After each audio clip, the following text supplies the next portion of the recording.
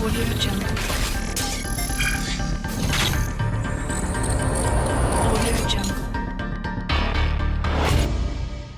салом алейкум дӯстони азиз, ин ҳаст барномаи майдони набард дар канали Gol.Tj. дирӯз дар Сакраменто турнири навбатии UFC баргузор шуд, ки дар уҷа муорибаи асосии шомда духтарако буданд. Жермен Дерандами дар якум раунд 16 секунда эспенледа нокаут кард.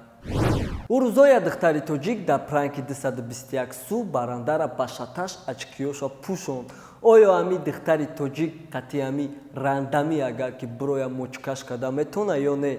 фикрои худтона дар комментария бинависед. дуюм муорибада легендаи UFC Юрая Фейбер баъди 2.5 соли таътил ба октагон баргашта Рики Симона якум раунда нокаут кард. Юрая Фейбер баъди ғалаба карданаш ҷожда чемпиони вазнҳои сабуку ай ҳама сабуктаринда Генри Сехудода вызов дод. Сехудо дар ҷавоб гуфт ки агар ки ман қатъи ҷанг кунам, ту бо як легендаи навбатие мешӣ ки дар пеши пои ман меғалта. ман ҳамин қаша фаҳмида наметавонам кадоме ки ғолиб мебирояд дар ягон боиш ҷожда дар Генри Сехудо вызов мепартоянд. сабаби ҳамин дар чӣ бошад? Коди Гарбранд баъде ки TJ Дилашова қатъи допинг қапиданд, аллакай чанд бор гуфт ки ҳамун ду боре ки Дилашов биридиш ай пушти допинг заданош буд. яъне ба фикри Коди агар Дилашов допинг намезад, ӯ ду бор рӯи ҳам дар муорибае ки байни якдигаришон мегузашт ғолиб биромадан наметонист. Коди Гарбранд ба қариби чанд муорибаҳои нав дорад дар нақшош ва мо ғалабаҳои ӯра беҳад интизорем, барое ки се бохти рӯи ҳам ба ӯ намезебад. Ҷастин Бибере ки то ӯ рӯзора ҳама ҳамчун ҳофизи ситораи саҳна мешинохтанаш, актёри амрикоира Том Круза ба ҷанг файрод кард. ҳама ҳозирашда дар ҳайратанд ки ё ягонташон ҷанговар нестанд, синни солшон ду баробар фарқ мекунад, не ки яхе одамо аниқ дар шидани ҳамхели ҷанг боварӣ доранд.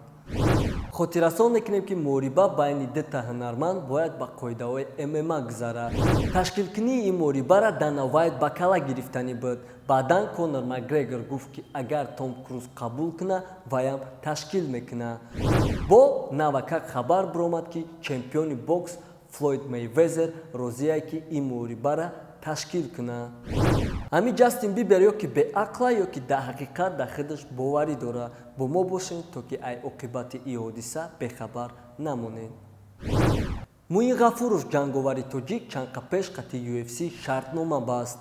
ин якум ҷанговари тоҷикие ки UFC дар сафи худаш қабул кард ва мо беҳад шодему якум муорибаи ӯра дар дохили UFC интизорем. умедворем ки ин охирин ҷанговари мо дар рӯи хати UFC намешавад, дигар ҷанговарҳои морам беаҳамият намемонанд. муваффақият бародар.